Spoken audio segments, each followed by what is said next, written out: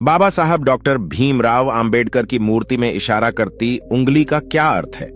आइए समझें। आजकल भारत रत्न डॉक्टर भीमराव अंबेडकर की यह फोटो सोशल मीडिया से लेकर इलेक्ट्रॉनिक मीडिया में दिखाई जा रही है। आखिर इसी फोटो का उपयोग प्रचार प्रसार में क्यों किया जा रहा है? तो आइए जानते हैं इसे एक कहानी के माध्यम से। एक बार एक लड़का अपने पिता के साथ डॉक्टर भीमराव अंबेडकर जयंती की भव्य रैली में गया। वापस घर आने पर अपने पापा से प्रश्न पूछने लगा।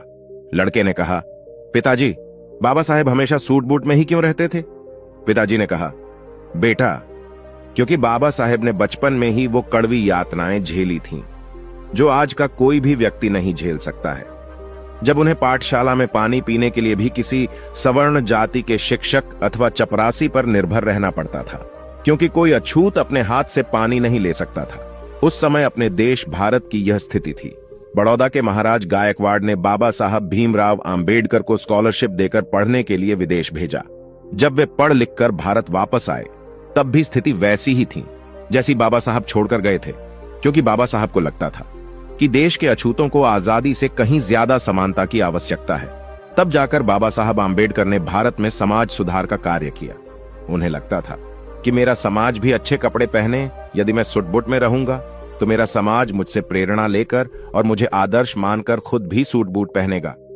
लड़के ने लड़का, ठीक है पिताजी, आज से मैं भी सूट बूट में ही रहूंगा।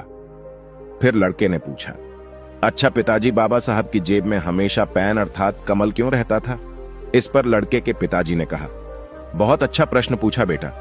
कलम होने का मतलब है शिक्षित होना ही सबसे जरूरी काम है। अरे वो सिर्फ कलम नहीं है, बल्कि पीड़ितों, शोषित लोगों को गुलामी से मुक्त करने की वह आधुनिक तलवार है। उसी कलम से बाबा साहेब ने आगे चलकर भारतीय संविधान लिखा। लड़के ने लड़का, पिताजी, मैं भी आज से अपनी जेब में कलम लगाऊंगा और खूब पढ़ाई करूंगा।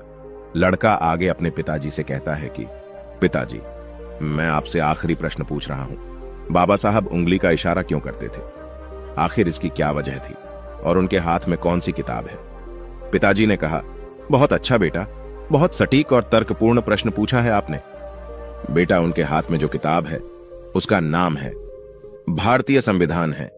इस संविधान से भारत देश चलता है और यह संविधान बाबा साहब अंबेडकर ने बनाया है।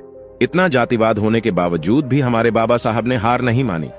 वो लड़ते रहे और अंत में ऐसा संविधान बना दिया।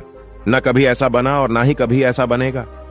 विश्व का सबसे बड़ा लिखित संविधान अपने देश भारत का है। और बेटा, मैं गर्व से कह सकता हूं कि मैं इस भारत देश का निवासी हूं। इसी संविधान से सभी को समता, स्वतंत्रता, न्याय और बंधुत्वता को बल मिलता है। और हां बेटा, उंगली के इशारे का मतलब है तुम ही इस देश के शासक हो।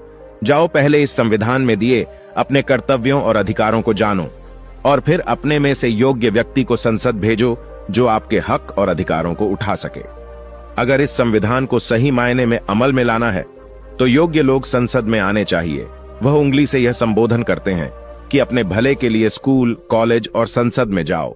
लड़का कहता है अपने पिता से, धन्यवाद पिताजी, मैं भी बाबा साहेब के विचारों पर चलूंगा और इस देश का शासनकर्ता बनकर बहुत आगे ले जाऊंगा।